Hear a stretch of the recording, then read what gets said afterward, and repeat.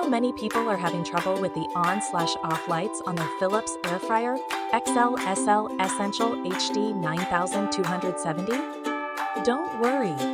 In this video, we'll show you how you do this. Let's start. Step 1.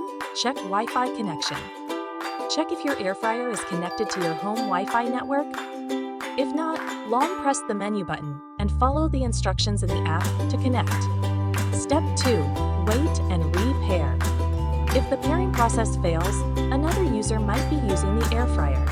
Wait until they finish and repair your device. Step 3.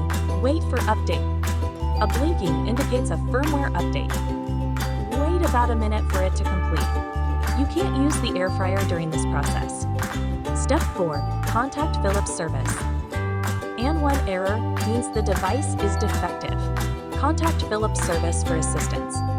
By following these steps, you should be able to resolve the on/off light issues and get your airfryer working properly again. Still need help? Visit our website for the complete manual. There you will also find questions and answers from other Philips users. Did you find this video helpful? By subscribing, you help us continue to answer users' questions. So, subscribe to our channel.